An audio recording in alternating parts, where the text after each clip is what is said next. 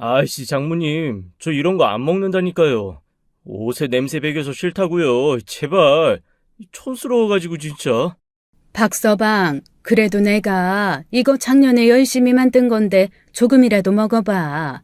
옷에 냄새 배는 거 요즘은 금방 빼더만. 장모님이나 실컷 드세요. 요즘 여자들은 이런 냄새 나는 남자 경멸한다고요.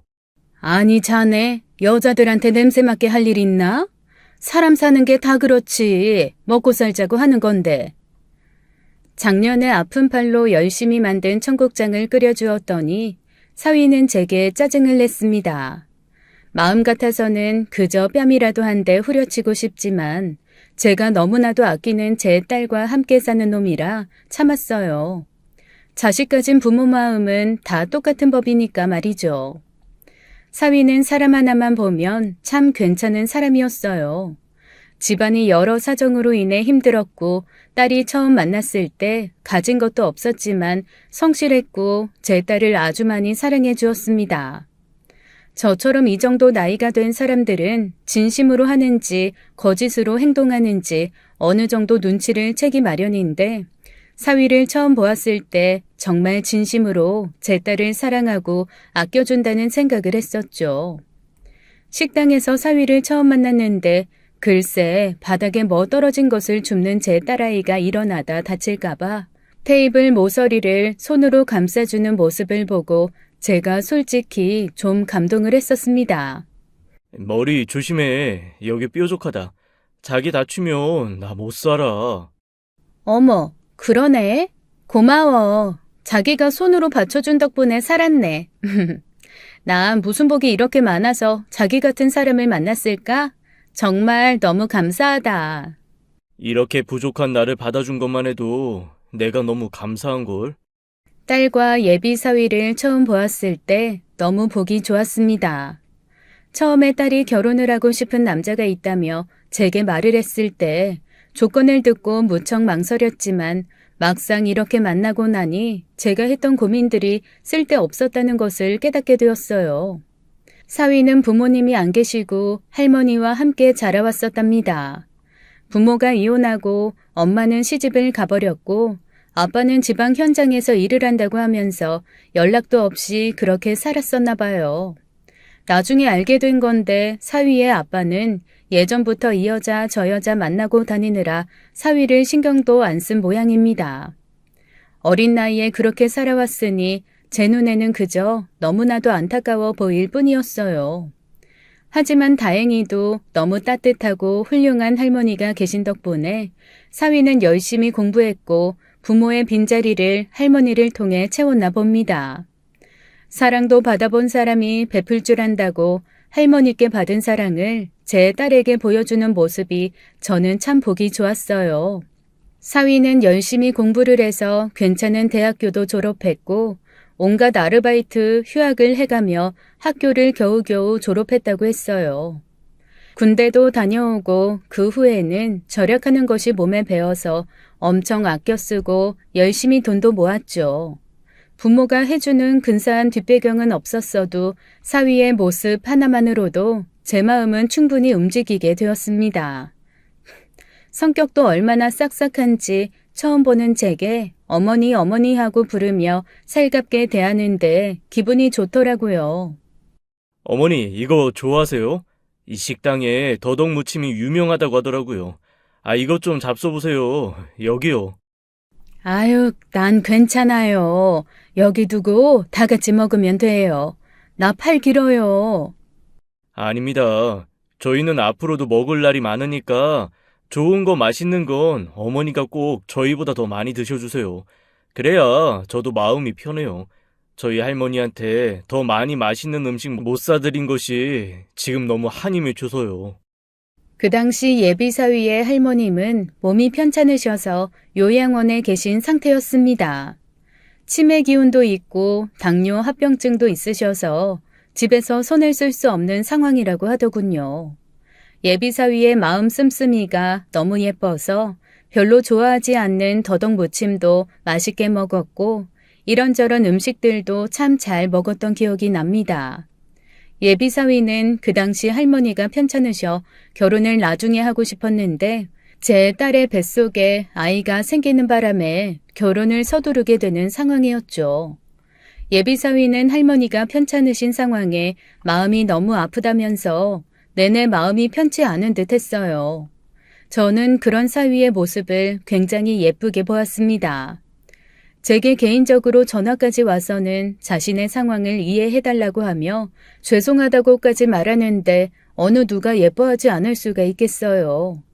나중에 꼭 돈 많이 벌어서 제 딸을 행복하게 해줄 것이고 평생 제 딸을 위해 헌신하며 살아간다고까지 말하는 예비사위를 철석같이 믿고 제가 그동안 없는 살림에 모아둔 돈까지 척 내놓았습니다.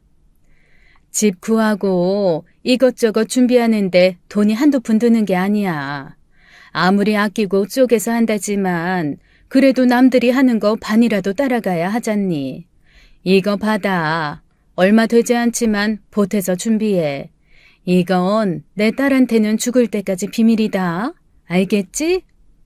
어머님, 이게 뭐예요? 아니에요. 어머님도 아버님 없이 혼자 키우시느라 고생이 많으셨을 텐데, 저 절대로 이 돈 못 받습니다. 절대로 못 받아요. 잔말 말고 받아줘.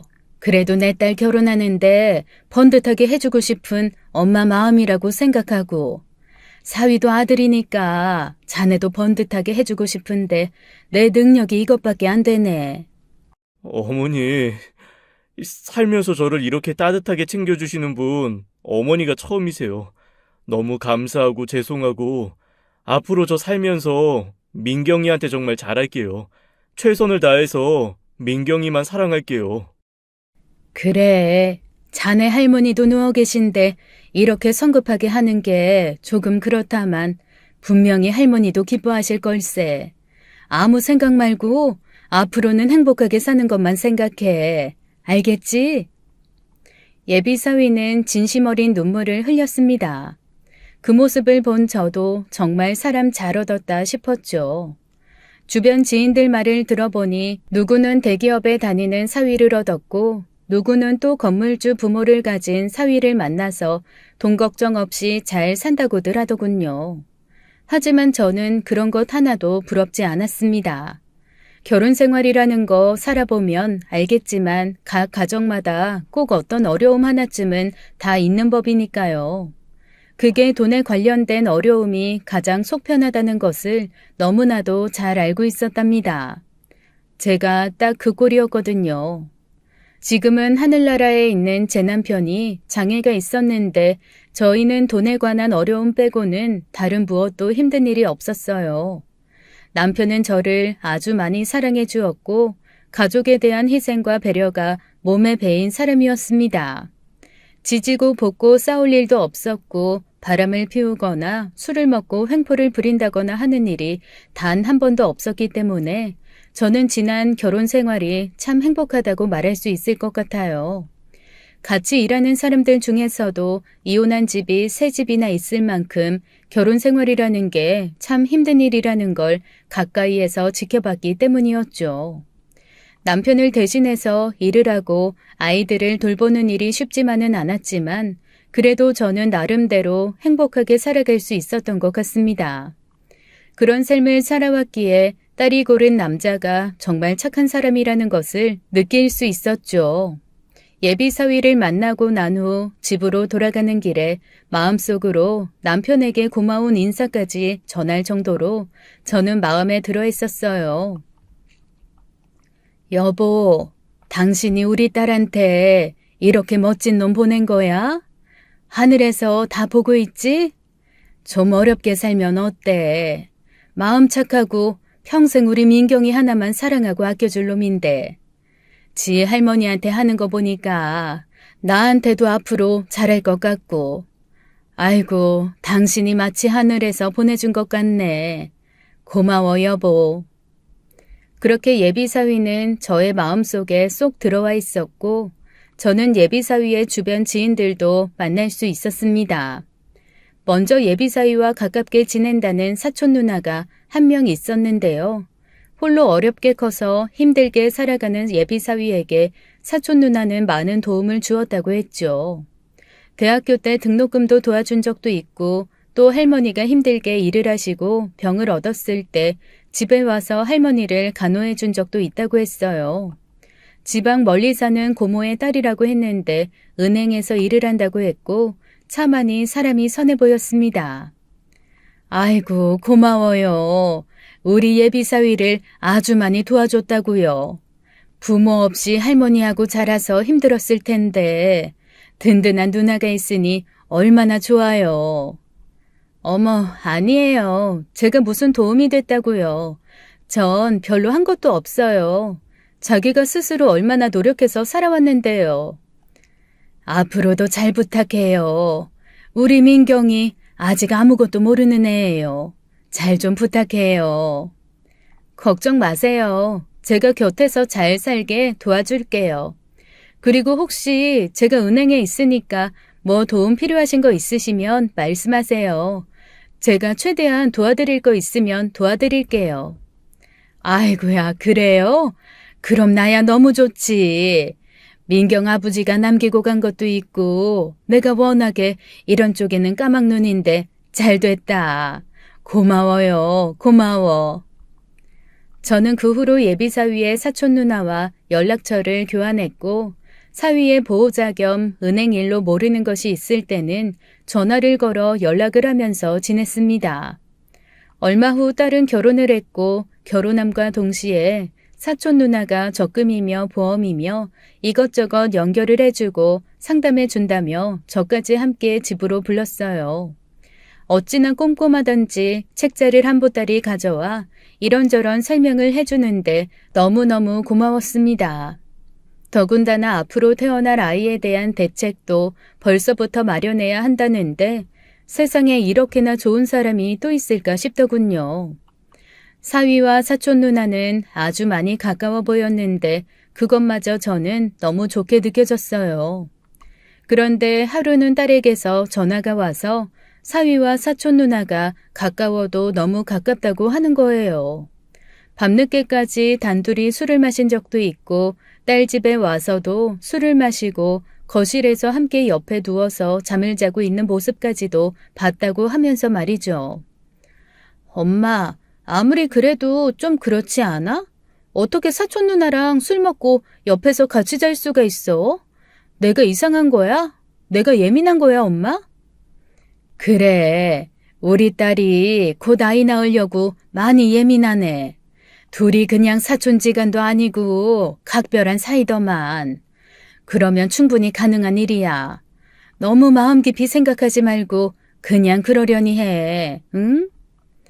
그래야지. 근데 막 나랑 있었던 일도 하나하나 다 알고 모르는 게 없더라고.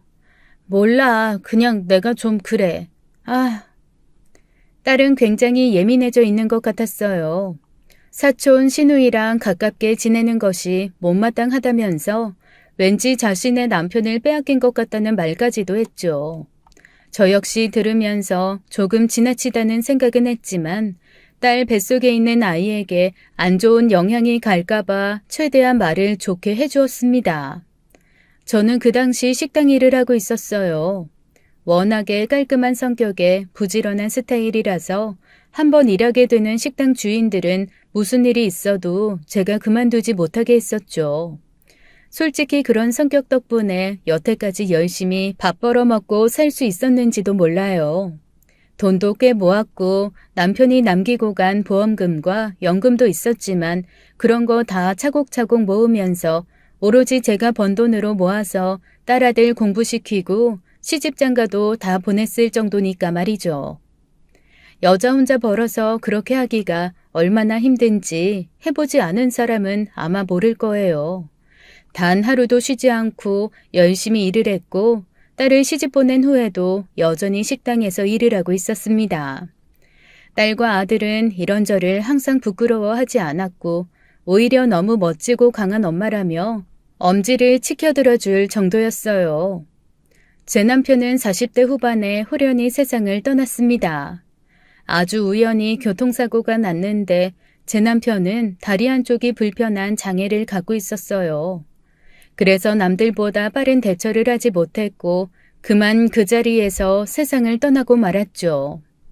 어려운 살림살이였지만 남편은 저와 자식들을 위해서 보험을 든든하게 들어놓았던 터라 그나마 남편이 죽고 난 이후에 보험금은 꽤 많이 탔습니다.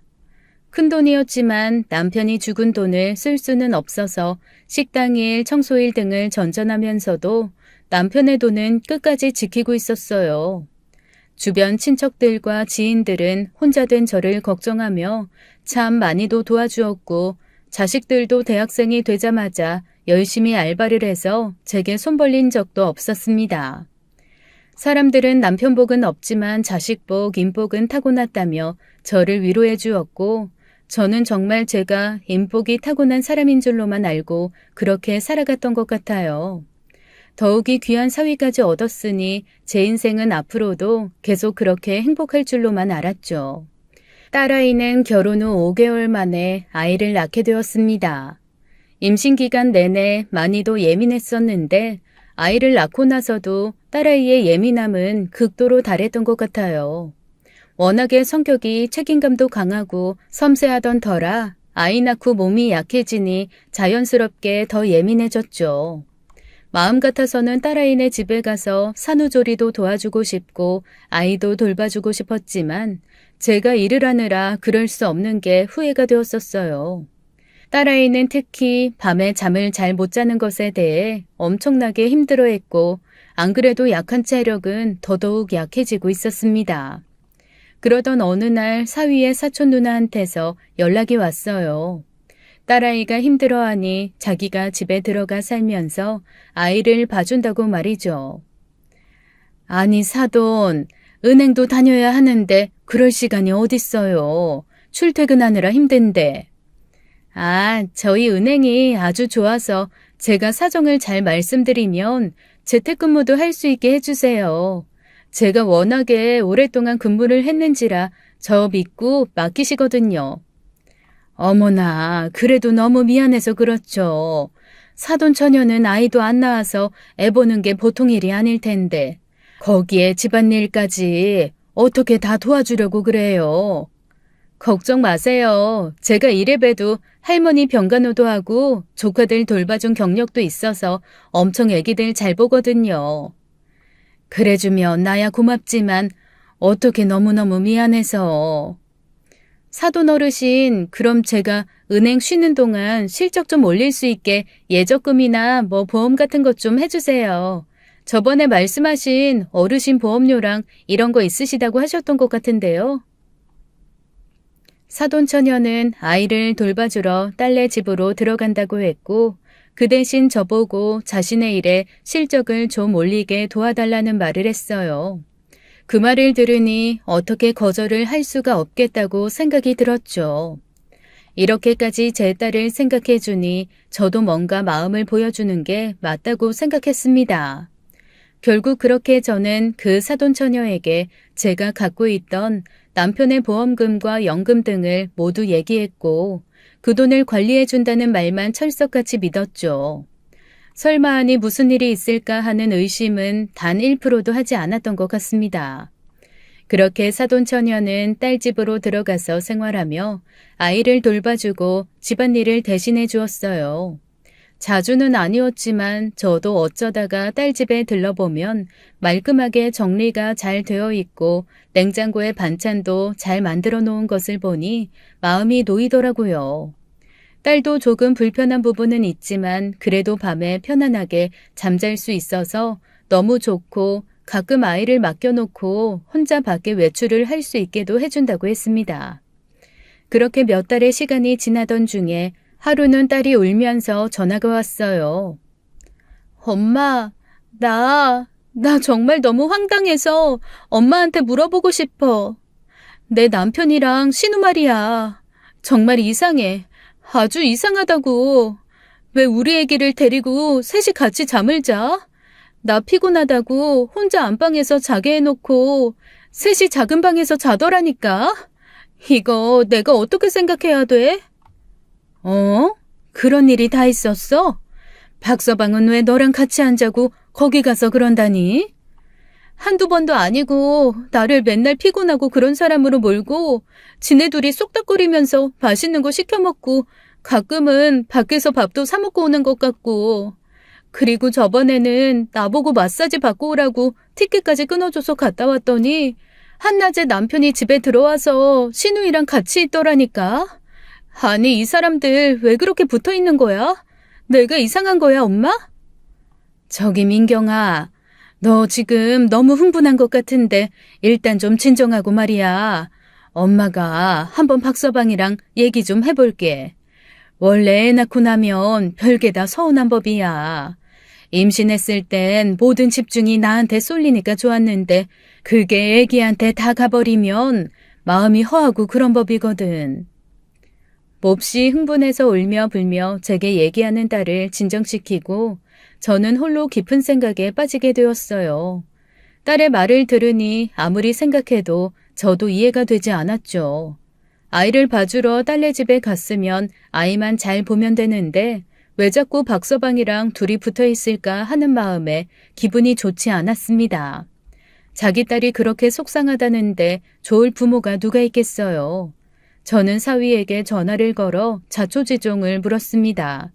사위는 제 말을 듣자마자 황당하다는 듯이 헛웃음을 한번 웃더니 제 딸이 완전히 큰 오해를 하고 있다며 걱정된다는 소리까지 하더군요. 어머니 사실 제가 이런 말씀까지 드리고 싶지는 않았는데 민경이가 조금 힘든 것 같아요. 갑자기 일도 안 하고 집에만 있으니까 답답하고 그래서 그런가 저를 아주 옴싹달싹도 못하게 하네요. 저는 퇴근해서 아이 보고 싶은 마음에 아이와 놀아주다가 잠이 든 건데 그것도 뭐라고 하고 항상 자기 옆에만 있어주길 바라는데 제가 그걸 어떻게 들어주겠어요. 사위의 말을 들으니 그것도 일리가 있게 느껴졌습니다. 솔직히 제 딸이지만 아이를 낳고 마음고생을 했다는 것을 제가 잘 알고 있는지라 사위의 말을 듣고 딸이 걱정되기도 했어요. 그래서 하루는 제가 직접 딸 집에 가서 하루 자면서 딸이 생각하는 고민이 뭔지 직접 두 눈으로 확인을 하자고 마음먹었죠.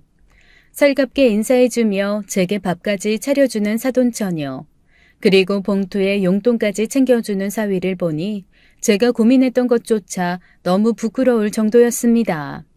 저는 오히려 딸을 다그쳤죠. 민경아, 너 정말 행복한 줄 알아. 세상에 어떤 시누이가 애 낳았다고 이렇게까지 해주니? 박서방은 또 어떻고? 엄마는 도와줄 사람이 없어서 혼자 일하고 니들 키우고 집안일까지 다 했는데. 엄마가 몰라서 그래. 내 말이 맞다니까. 아무래도 이상해. 여자는 촉이라는 게 있잖아. 신우가 자꾸 내 남편을 지 옆에 두려고 하는 것 같고 둘이 술 한잔 먹자고 막 신호 보내고 뭔가 이상하다고. 정말이야, 엄마. 나 상황 봐서 신우 이 집에서 나가라고 할 거야. 내일 모레 말할 거야. 제 말에도 딸의 뜻은 꺾이지 않았습니다. 그리고 며칠 후 정말 딸은 집에서 신우에게 나가라고 말을 했고 그 일로 사위와 엄청나게 싸운 모양이에요. 사위가 제가 일하는 식당까지 찾아와서 민경이가 이런 짓을 했다고 하며 자신은 너무 부끄럽다는 말을 했습니다. 장모님, 민경이 정말 왜 그런데요? 애 봐주고 살림까지 다 해주는 누나한테 무슨 말도 안 되는 억지를 부리고 거기다가 장모님 갖고 계셨던 돈도 불려준다고 누나가 여기저기 전화해서 지금 이자가 더 붙었다고요. 그런데 어떻게 이래요? 장모님이 잘 말씀해 주셔야 해요. 제발요, 장모님. 사위는 불같이 화를 냈고 자신의 누나한테 미안하다며 제게 큰 소리를 쳤어요. 사위의 말이 조금 서운하긴 했지만 맞는 말이라고 생각이 들었습니다. 여러모로 수고해주는 사돈처녀를 괜히 이상하게 생각하는 딸이 야속했죠. 더욱이 제가 갖고 있던 죽은 남편의 돈을 빌려주고 있다는 얘기를 들으니까 더더욱 믿음이 갔어요. 저는 결국 딸에게 전화를 걸어 확 퍼부어 버렸습니다. 쓸데없는 것에 목숨 걸지 말고 차라리 그 시간에 다른 일을 좀 하라는 말까지도 해버렸어요. 지금 생각해보면 제가 정말 어리석고 바보 같았는데 그때는 왜 몰랐는지 모르겠습니다. 딸과의 사이가 잠깐 동안 안 좋아졌지만 여전히 저는 사돈처녀와 사위와는 좋은 관계를 유지하고 있었습니다. 통장에 찍혀있는 제가 맡긴 돈에는 가만히 놔두었으면 절대로 생기지도 못할 큰 이자가 붙어 있었고 아무도 모른다는 은행의 1급 비밀 연금보험도 가입 권유를 받았죠. 저는 그저 사돈처녀가 하는 말이라면 뭐든지 다 믿었습니다. 은행에서 오랫동안 근무했었기에 다른 고객들한테는 숨기는 엄청나게 좋은 보험이 있으니 가입하라고 했고 그 실적 문제 때문에 자신의 이름으로 수익제를 해야 된다는 말도 고스란히 따랐죠. 제 아들과 딸한테는 말하지 말라는 말도 다 따랐기에 자식들은 아무도 몰랐었습니다. 그로부터 시간이 조금 지나 온 식구가 다 같이 사돈할머니 요양원에 찾아간 적이 있었어요. 딸내 부부, 사돈처녀, 그리고 저까지 언제까지 사실지 모르는 할머니의 생신에 맞춰 뵈러 갔죠. 사돈 할머니는 치매기도 심했기 때문에 알아볼지 못 알아볼지도 모르는 상태였습니다. 차로 40분이 넘게 달려 사돈 할머니를 찾아갔는데 이상하게도 그날은 컨디션이 좋으셨는지 한눈에 모두를 알아보셨어요. 사위와 제 딸을 보고는 매우 활짝 웃으시던 사돈 할머니는 이상하게 사돈 처녀를 보고는 욕을 하며 눈을 흘기기 시작하셨습니다. 이런 못된 년, 아직까지 여기 붙어갖고 뭐하는 짓이야? 얼른 안 꺼져? 또 뭘 해먹으려고 여기 붙어있어? 이 썩을 년 같은 이라고. 당장 나가, 당장! 아유, 할머니, 왜 그래? 왜 또 이렇게 화가 나셨을까? 할머니 정신 차려봐. 나 정신 멀쩡하대이. 아주 멀쩡한데 전현이나 아픈 사람 취급하고 방 안에 가둬두고 내 돈까지 싹 다 가져간 거 아니여. 네 애비가 배 타서 벌어다 준 돈까지 가져가서 홀라당 날린 거 너 아직도 모르냐? 딴 여자랑 결혼한 네가 왜 아직도 전현이랑 붙어있는 거야? 왜? 당장 꺼지지 못해? 할머니 정신 차려요. 지금 또 다른 사람이랑 착각했어? 그러지 마, 할머니. 우리 사촌 누나잖아. 고모 딸. 할머니 기억 안 나는구만. 약 먹었어? 오늘 약 안 챙겨 먹은 거야? 나 지금 말짱해. 말짱하니까 이런 말 하는 거요. 너 절대로 인연 가까이 하지 말어. 이 할미 죽기 전에 소원이라고 했냐 안 했냐? 사돈 할머니의 말을 듣고 저와 제 딸은 아주 많이 놀랐습니다. 사돈 처녀도 몹시 당황하는 것 같긴 했지만 이내 평정심을 찾고는 자기를 다른 사람과 혼돈한다며 웃으며 말을 했어요. 그날 다시 집으로 돌아오는 내내 기분이 찝찝했습니다. 치매가 심한 사돈 할머니지만 아까만큼은 저도 제 딸도 정확하게 알아보셨고 손주 얼굴도 똑바로 쳐다보시며 예쁘다고 말씀을 하셨거든요. 하도 생각을 해서 그런지 밤의 꿈에도 사돈 할머니가 나오셔서 그 여자 조심하라는 말까지 하셨답니다. 며칠이 지나도 불길한 예감이 가시질 않았는데 식당에서 물건을 들다 그만 어깨를 심하게 다치고 말았어요. 더 이상 식당 일을 할 수가 없을 정도로 되어버렸습니다. 자식들은 예전부터 일하지 말라고 했는데 제가 다치기까지 하니 너무 속이 상한다고 말을 했어요. 그래도 내심 마음속으로 생각했죠. 며칠 전에 사돈 할머니가 얘기한 것이 이런 일이 있으려고 그런가 보다 하면서요. 그래, 사돈 할머니가 치매가 심하니까 잘못 알아보고 그런 걸 거야. 무슨 말도 안 되는 얘기를. 그래도 내가 이 정도로 다치고 액땜한 거라 생각하니 오히려 마음은 편하네. 아휴. 사돈 처녀를 싫어하는 딸에게도 고마운 사람이니 마음을 다잡으라 말을 하고 저도 사돈 할머니가 하신 이야기는 다 잊겠다고 마음먹었어요. 징징대는 딸을 겨우 잠재우고 사위에게도 잘 좀 해주라고 부탁까지 해가며 저는 그렇게 모든 일이 잘 풀려가는 줄만 알았습니다.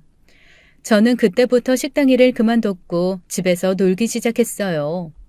평생 일만 하던 사람이 갑자기 놀려니까 그것도 참 힘들긴 했지만 그래도 얼마 만에 가져보는 여유인지 마음은 참 평화로웠습니다.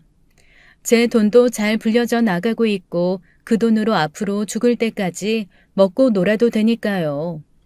그런데 사람이 노는 것도 하루 이틀이지 어깨가 조금씩 낫고 나니까 이대로 놀고만 있는 것도 못할 짓이었죠. 그래서 주변 지인이 소개시켜준 청소일을 하기 시작했습니다. 청소일은 예전에도 조금씩 하던 것이라 낯설지 않았고 어깨에 무리가 가지 않을 정도로 파트타임으로만 해도 되는 일이니까요. 작은 오피스텔 건물을 청소하는 것부터 시작했습니다. 지인이 이쪽 일을 빠삭하게 알고 있어서 제게 일자리 소개부터 일하는 팁까지 다 알려주어서 생각보다 빨리 적응할 수 있었고 제 꼼꼼한 성격 탓에 많이 힘들지도 않더라고요. 하루에 딱 4시간 정도만 일하고 나머지 시간은 자유롭게 쓸 수 있어서 너무 좋았어요. 힘들면 집에 가서 하루 종일 누워 있어도 되니 크게 부담스럽지도 않았습니다. 그러던 어느 날 친구가 모텔에서 일을 해보면 어떻겠냐고 하더군요. 보수가 일반 오피스텔보다 더 세고 까다롭게 구는 손님도 없어서 참 괜찮다고 했습니다. 친구 말만 듣고 그곳으로 일자리를 옮겼고 사람들이 많이 없는 오전 시간에 주로 일을 하기 시작했어요. 처음에는 어떤 사람들이 이런 곳에 오나 싶었습니다. 좀 외진 곳에 위치하기도 했고 고급스럽지도 않고 오히려 조금 낡은 곳이었어요.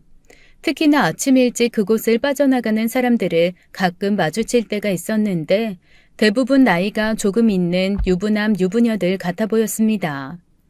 아이고 세상 천지 가정 버리고 여기 와서 이런 사람들은 뭐요? 한심한 놈들. 한심하다 한심해.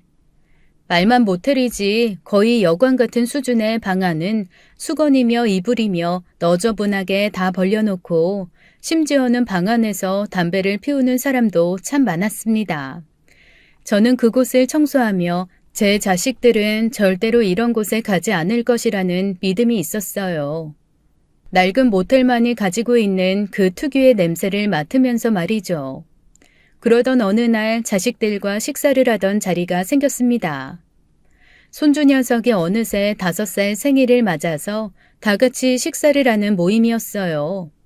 그곳에는 제 아들 식구, 딸내 식구, 그리고 사위의 사촌 누나까지 자리를 함께 했습니다. 손주 녀석이 좋아하는 아이스크림 케이크까지 사서 모두들 축하해주러 한자리에 모였는데 문득 사위한테서 낯설지 않은 냄새가 나더군요. 순간 강하게 떠오른 생각은 제가 일하는 곳이었습니다. 매일 제가 청소하는 곳이기 때문에 저는 정확하게 기억하고 있었죠. 뭔가 이상한 마음이 들어 사위를 자세히 한번 쳐다보니 사위가 흠칫 놀랐습니다. 장모님, 제 얼굴에 뭐 묻었어요? 왜 그러세요? 아, 자네 요즘 회사가 바쁜가? 얼굴에 살이 좀 빠진 것 같아서. 혹시 오늘 어디 있다가 온 건가? 요즘 회사가 엄청나게 바빠요, 장모님. 아주 제가 밥도 못 먹고 다닌다니까요. 그나마 누나가 챙겨주는 도시락이랑 과일 먹으면서 연명하고 있어요. 아, 그렇구만. 장모가 돼서 사위한테 밥이라도 더 챙겨줘야 하는데 미안하네. 내심 흘려가는 말을 하긴 했지만 사위에게 나는 그 향기에 저도 모르게 살짝 기분이 언짢아진 것 같았어요. 그런데 더 황당한 일이 벌어졌습니다. 제 며느리가 화장실에 갔다가 사돈 처녀가 제 손주에게 하는 이야기를 들었는데 제게 조심스럽게 말을 해주더라고요. 어머님, 근데 저 사돈 아가씨 말이에요. 뭔가 좀 이상해요. 제가 화장실에서 들었는데 우리 민웅이한테 자기를 왜 엄마라고 부르죠? 아니 아가씨가 뻔히 있는데. 뭐야? 무슨 말도 안 되는 소리냐 그건? 네가 뭐 잘못 들은 거 아니야? 설마 하니 사돈 처녀가 왜 그런 말을 하겠어? 아직 시집도 안 간 처녀가. 아니에요 어머님. 화장실 안쪽에서 하는 얘기 분명히 들었어요. 민웅이한테 사람들 있을 때는 엄마한테 고모라고 불러야 한다면서 가짜 엄마한테 엄마라고 해야 된다고 막 그러더라니까요. 안 그러면 혼난다고. 아니 그게 정말이냐? 이게 다 무슨 소리야? 난 도대체 이해가 안 되는데. 사실 어머님, 저도 아가씨한테 몇 번이나 얘기 들었는데 아가씨 요즘 정신과 다니면서 상담 받는 거 아세요? 사돈처녀 때문에 너무 스트레스 받는다고 하더라고요. 더군다나 어머님 돈까지 거기에 얽혀 있어서 뭐라고 말도 못한다고, 자신이 불효하면 안 된다고 하면서. 근데 어머님, 여자한텐 직감이라는 게 있잖아요. 아무 이유도 없이 아가씨가 왜 그러겠어요? 며느리 말을 들으니 제가 그동안 너무 무심했다는 생각이 들었어요. 딸이 그렇게 힘들어서 정신과까지 갔다고 하는데 저는 그저 아무것도 아니라며 넘어가고 있었으니 말이죠. 며느리 말을 듣자 하니 저도 하나 문득 생각난 것이 있는데 이상하게 손주가 제 딸에게 엄마라는 소리를 잘하지 않는 것이었습니다. 손주 녀석은 말을 많이 하지 않는 아이였는데 무슨 말을 할 때마다 사돈처녀 얼굴을 한 번씩 쳐다보는 것이 꼭 눈치를 보는 것 같이 느껴지더군요. 몇 번이나 그런 모습을 보면서 조금 이상하다 생각했었는데 며느리 말을 들으니 뭔가가 분명히 있다는 생각이 들었습니다. 그래서 그때부터 사돈처녀와 사위를 유심히 살펴보기 시작했어요. 며칠 후 일을 빼고 아침부터 딸아이의 집 앞으로 가보았습니다. 딸아이 대신 사돈처녀가 아이를 유치원차에 태워보내는 모습이 저 멀리 보이더군요. 그리고 잠시 후 골목에 세워져 있는 자동차로 향하는 사돈처녀의 모습이 보여서 따라가 보았더니 그 차는 다름 아닌 사위의 차였습니다. 저 차는 제가 회사 승진 기념 선물로 사준 차로 현금이 부족해 제가 할부를 직접 갚고 있는 차였죠. 사위가 하도 오래된 차를 타고 다니는데 손주를 태우고 다니는 것이 불안해서 사주었던 차였습니다. 그래도 여기까지는 뭔가가 사정이 있겠지 하면서 딸에게 얼른 전화를 걸어보았는데 딸이 하는 말이 사위가 지방 출장을 갔다고 하는 거예요. 엄마, 박서방 어제 지방 출장 갔어. 형님도 오늘 아이 등원해주고 며칠 동안 어디 간다고 하더라고. 안 그래도 나 오늘 애기 데리고 엄마 집으로 갈까 했는데 웬일로 전화를 다 했어? 그랬구나. 박서방은 어디로 출장 간 건데? 확실히 출장 간 거 맞아? 엄마 왜 그래? 아침부터 이상하다. 지금 일할 시간 아니야? 출장 간 거 맞지 그럼 어딜 가? 나도 하도 형님이 밖에 나가서 뭐 배우라고 해서 바리스타 자격증 따려고 학원도 등록했어. 그러니까 한결 낫네. 엄마 이따가 내가 애기 유치원 갔다 오면 데리고 갈게. 우리 맛있는 거 먹자. 딸의 말을 들으니 하늘이 무너지는 것 같더군요. 여태껏 보여왔던 사위의 행동들이 하나둘 생각이 났고 그 퍼즐 조각이 하나씩 맞춰지는 느낌이 들었어요. 바보 같은 딸내미가 안쓰럽고 불쌍해서 어쩔 줄을 몰랐고 이상하게 눈에서는 하염없이 눈물만 쏟아져 나왔습니다.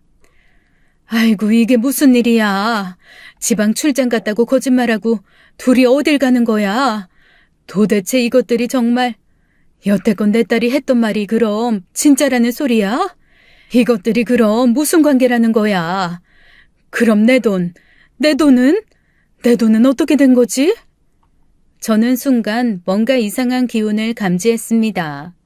단 한 번도 사돈처녀를 의심한 적이 없이 큰돈을 맡겼었는데 문득 사돈처녀가 정말 은행원인지가 궁금하더라고요.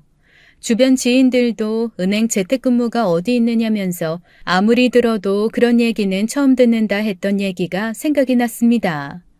그리고 그 큰돈을 가지고 턱하니 맡겨두고 확인도 안 하고 불안하지도 않느냐는 질문들을 받았기에 얼른 사돈처녀에게 전화를 걸었어요.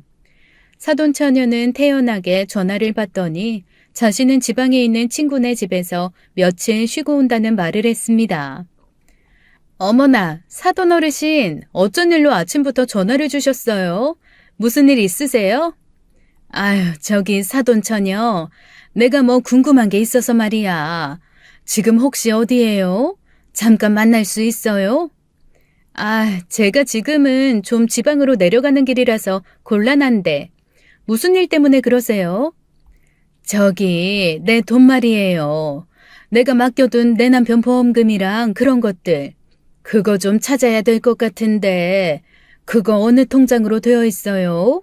사돈처녀 은행원이니까 말만 하면 바로 입금해 줄 수 있죠? 내가 내 통장으로 좀 받고 싶어요. 어머, 사돈어른, 갑자기 이러시면 곤란하죠. 제가 저번엔 통장 보여드렸잖아요. 한두 푼도 아니고 이자를 그렇게 두둑히 붙여드리고 있는데 갑자기 빼버리시면 손해가 커요.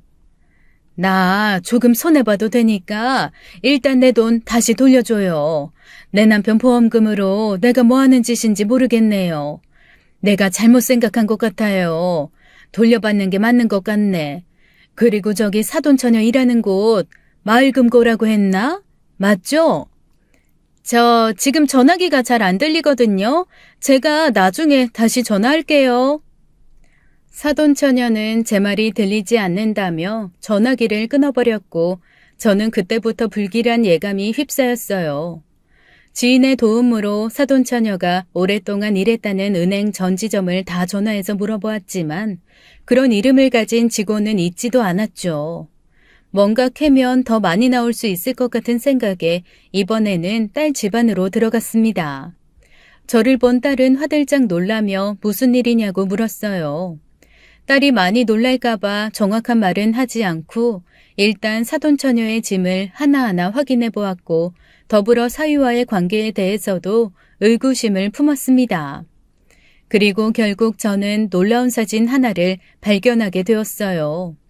제 손주와 사위 그리고 사돈처녀 셋이 다정하게 어깨동무를 하고 찍은 사진을 사돈처녀가 가방 안에 고이 간직하고 있었습니다. 누가 봐도 가족 사진이라고 믿을 만큼 다정한 사진이었는데 그 안에 제 딸은 없었죠. 셋이 이렇게 가족 행세를 하며 노는 동안 제 딸은 정신과에 다니며 우울증 약까지 먹었다는 사실을 알게 되니 머리끝이 쭈뼛쭈뼛 섰습니다. 우글우글 화가 머리끝까지 났고 마음속에서는 천불이 솟아오르는 것 같았죠. 엄마, 왜 그래? 무슨 일인데 그래? 갑자기 짐을 왜 뒤져? 무슨 일 있지? 그런 거지? 얼른 말해봐, 엄마. 얼른! 아이고, 우리 민경아. 엄마가 미안하다. 미안해. 그냥 바보같이 아무것도 모르고. 아휴, 내가 아주 우리 딸을 바보로 만들었다. 가만히 눈 뜨고 바보 취급을 당했어. 아이고, 민경아. 엄마, 그게 도대체 무슨 말인데, 응? 나 고생만 하고 살았던 우리 엄마한테 무슨 일 있는 거 너무 싫어. 그러니까 얼른 말해줘. 내가 다 혼내줄게. 앞으로는 네가 하고 싶은 대로 다 하고 살아. 사돈처녀가 엄마 돈을 얼마를 불려주든 말든 아무 신경도 쓰지 말고 네가 의심하는 거 밀어붙이고 아주 요절을 내버려. 너도 뭔가 신경 쓰이는 게 있으니까 그러는 거 아니야. 안 그래? 내 이 두 것들을 아주 그냥... 황당한 눈빛으로 쳐다보는 딸을 뒤로하고 저는 그 집을 나왔습니다. 그리고는 집으로 돌아가 어떻게 해야 할지 수백 번, 아니 수천 번쯤은 고민했던 것 같아요. 이대로 그냥 내버려둘 수도 없는 노릇이고 은행원이라고 거짓말까지 하고 제 돈을 가로챈 나쁜 년을 경찰에라도 신고하고 싶었죠. 그리고 가장 궁금하고 중요했던 부분은 사위와 사돈처녀와의 관계였습니다. 도대체 둘 사이가 어떤 관계이길래 이런저런 일들이 생기는지 너무나도 의심스러웠어요. 어디를 통해서 물어봐야 하나 고민을 하며 찾아보았지만 사위 쪽에는 할머니밖에 알고 있는 사람이 없었습니다. 엄마는 사위가 어린 시절 집을 나가 시집을 가버려서 연락이 두절됐고 사위 아버지도 그렇게 지방을 떠돌며 여러 여자들과 살림을 차린다고 해서 저는 얼굴도 본 적이 없었죠. 저는 많은 고민 끝에 사위의 할머니가 계신 곳을 다시 한번 찾아갔습니다. 하루에 한 번 면회가 되는 시간을 기다려 제발 할머니가 정신이 온전하기만을 바라고 또 바랬어요. 면회 시간이 다가와 할머니를 만났는데 글쎄 저를 한눈에 알아보지 뭡니까? 아이고 안사돈, 이 먼 곳까지 어떻게 오셨어요? 혹시 우리 손주가 뭐 말썽이라도 부렸어요? 아니면 그년이 또 들러붙어서 거머리처럼 안 떨어집디까? 내가 아주 요절을 내버렸어야 하는 건데. 할머님, 정신이 좀 드세요? 안 그래도 그 사돈처녀 물어보려고 왔는데, 아휴, 사돈처녀요? 지금 사돈이라고 했습니까? 그년이 왜 사돈이에요? 피 한 방울 안 섞인 남인데.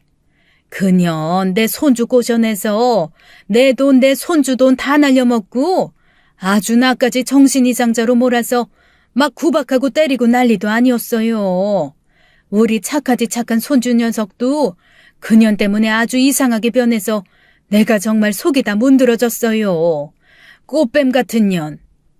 그게 다 정말이에요? 그럼 사위랑 그 사돈처녀, 아니 그 여자랑은 피 한 방울 안 섞인 남남이라는 말이에요? 아유, 그럼 둘이 무슨 사이예요?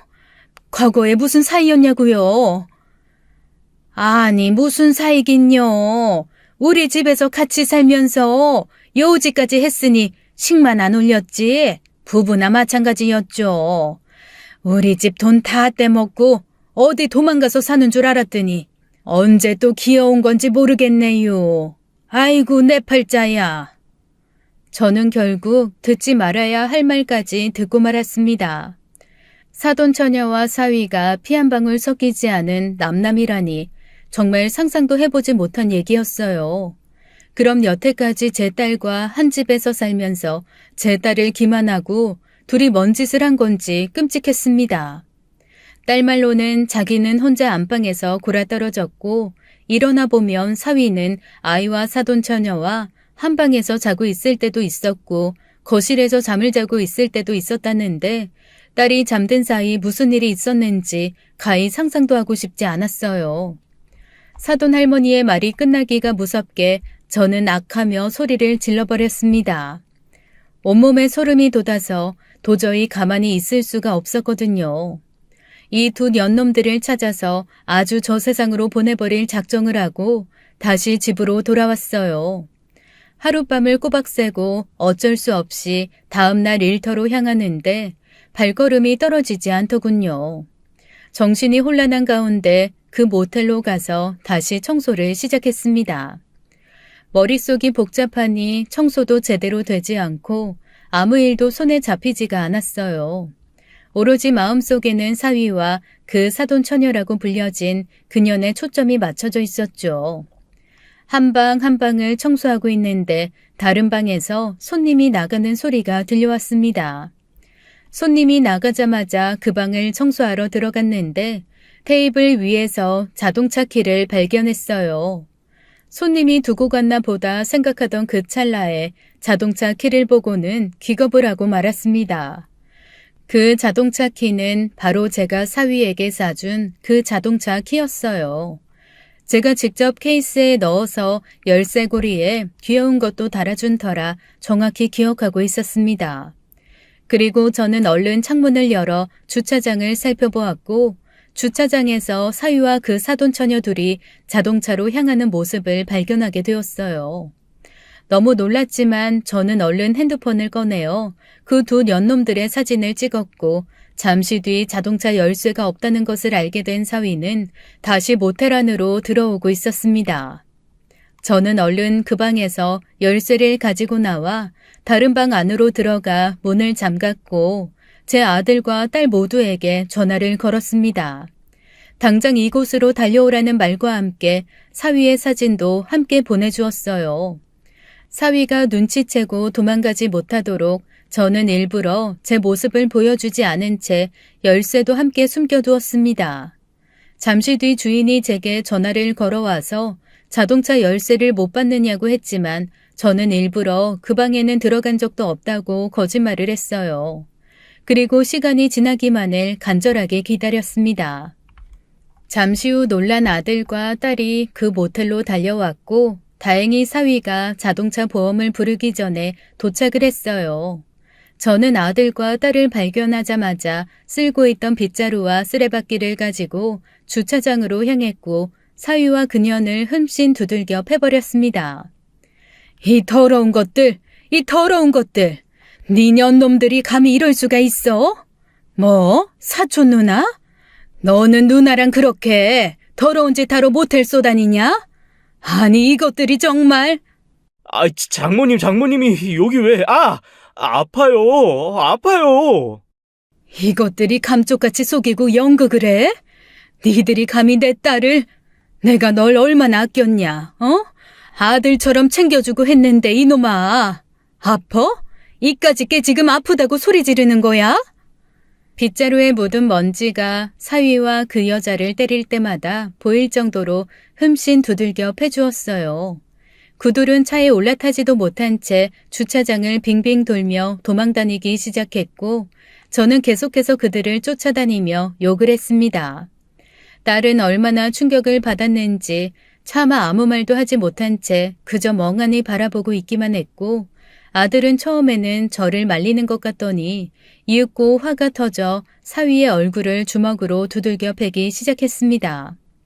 사위는 아들 녀석에게 멱살을 잡힌 뒤 도망도 가지 못한 채 몇 대를 더 얻어 터졌고 결국 그년이 먼저 그 모텔 주차장을 빠져나가 주랭랑을 쳐버렸습니다.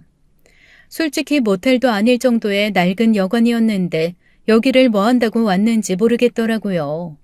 이 둘이 여태껏 저질러 왔던 것들을 생각하면 충분히 다른 곳에 살림을 차렸어도 차렸을 텐데 말이죠. 한바탕 난리가 끝이 난 후 이곳 사장님이 제게 저 사람들과 이런 관계일 줄은 상상도 못했다며 입을 여셨습니다. 아니, 저 사람 아줌마 사위였어요? 어떻게 이렇게 신기한 일이 벌어져요? 저 사람들 얼마 전에 이 여관 매입했어요. 여기 싹 다 리모델링 공사한다고 하던데, 저는 당연히 저 둘이 부부인 줄 알고. 뭐요? 매입? 아니, 이게 한두 푼 하는 것도 아니고 어떻게 이런 일이. 아유, 저런 썩어 문드러질 놈. 대출 하나 없이 현금으로 사서 이 젊은 사람이 정말 능력 있다 생각했죠. 근데 아줌마 사이라니. 요즘 것들 아주 과간도 아니에요. 이 저런 년놈들이 많이 있으니까 모텔이고 여관이고 다 장사가 잘 되는 거 아니겠습니까? 이러다가 쓰러지시겠어요. 얼른 들어가서 물 한 잔 마셔요. 아니, 사위가 이 낡은 모텔, 아니 여관을 샀다니 너무 황당하고 기가 막혔습니다. 돈 없다고 하도 앓는 소리를 해서 제가 자동차까지 사주었는데 현금으로 이 건물을 사다뇨. 순간 불길한 예감이 팍 들었고 결국 저는 제가 그년에게 맡긴 돈이 생각났습니다. 몇 억이나 되었던 보험금 그리고 연금성으로 받게 된다는 저축 금액도 꽤 큰 돈이었거든요. 돈을 맡긴 그 순간부터 제게 이자 한 푼 주지 않고 사진으로만 보여줬었는데 아무래도 그 돈이 다 여기로 들어간 것이 아닌가 하는 생각이 들었습니다. 애초부터 은행원이라고 거짓말을 해서 저를 현혹시켜 돈을 다 빼낼 작정으로 결혼을 했는지도 모르겠네요. 사람이 사악해도 이 정도로 사악할 수가 있단 말입니까?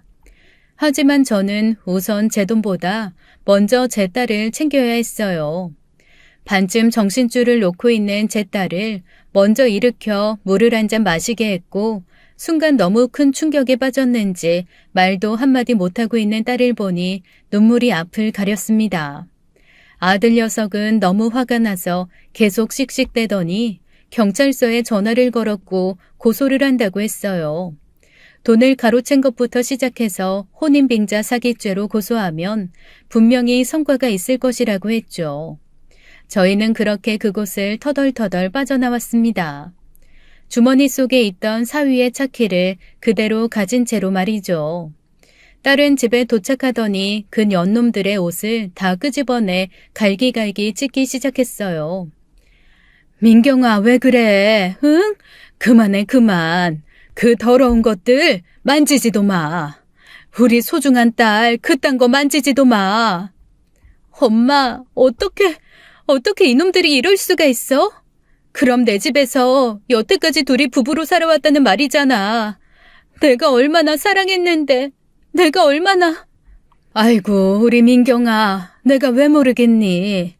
나도 박서방 정말 사랑하고 아껴줬었어. 민경아, 실컷 울어. 다 풀릴 때까지 실컷 울어. 저는 더 이상 딸의 눈물을 막을 수가 없었습니다. 한참을 울고 나던 딸은 거의 실신을 할 정도로 쓰러져 버렸어요. 아마도 하루 종일 아무것도 먹지 못한 채 너무 많이 울어서 진이 빠진 것 같았죠. 그대로 꼬꾸라져 기절한 듯 잠을 자는 딸의 모습이 너무나 안쓰러워 보여서 딸이 일어나면 꼭 밥을 챙겨 먹으리라 다짐을 했습니다. 냉동실을 열어보니 청국장 한 덩이가 보였어요. 제가 사위 준다고 얼마 전 끓였다가 사위에게 잔소리만 얻어먹은 그 청국장 말이죠. 그년이 청국장을 못 먹는다고 했었는데 아마도 사위는 그년 때문에 청국장 냄새가 싫다고 질색을 한 것 같습니다. 어쩌면 이런 팔자가 다 있는지 생각할수록 역겹고 황당했지만 일단 저는 제 딸부터 살려야 했죠. 기를 쓰고 청국장을 끓여서 딸이 깨기만을 기다렸고 몇 시간 뒤 깬 딸에게 꾸역꾸역 몇 숟가락 뜨게 했습니다. 딸은 눈물을 흘려가며 제가 만들어준 청국장을 밥에 비벼 억지로 먹기 시작했어요. 엄마, 나 먹을 거야. 먹고 정신 차려서 그것들이랑 싸울 거야. 꼭 싸워서 이길 거야, 엄마.